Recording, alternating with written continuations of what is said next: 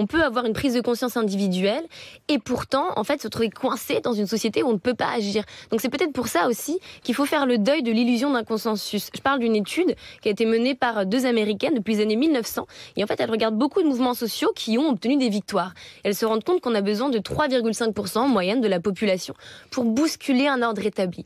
Donc ça veut dire qu'il faut faire ce deuil de l'illusion d'un consensus et que parfois une minorité active, organisée, suffit à renverser un ordre établi. Donc peut-être qu'on n'a pas besoin contre la volonté d'une majorité de la population soit établie. Y compris contre la volonté d'une majorité, Camille Etienne. Je veux dire une chose très, très simple. On a absolument besoin d'un débat démocratique sur ces questions environnementales, fondamentalement. Et c'est parce que je le défends précisément que je suis là aujourd'hui.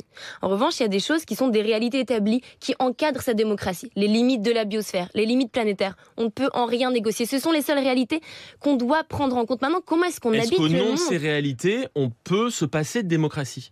Est-ce qu'elles sont plus fortes que la démocratie ? Elles ne sont pas plus fortes que la démocratie, elles l'encadrent et elles la permettent. Ces limites planétaires, ce sont le terrain de jeu avec lequel on doit jouer.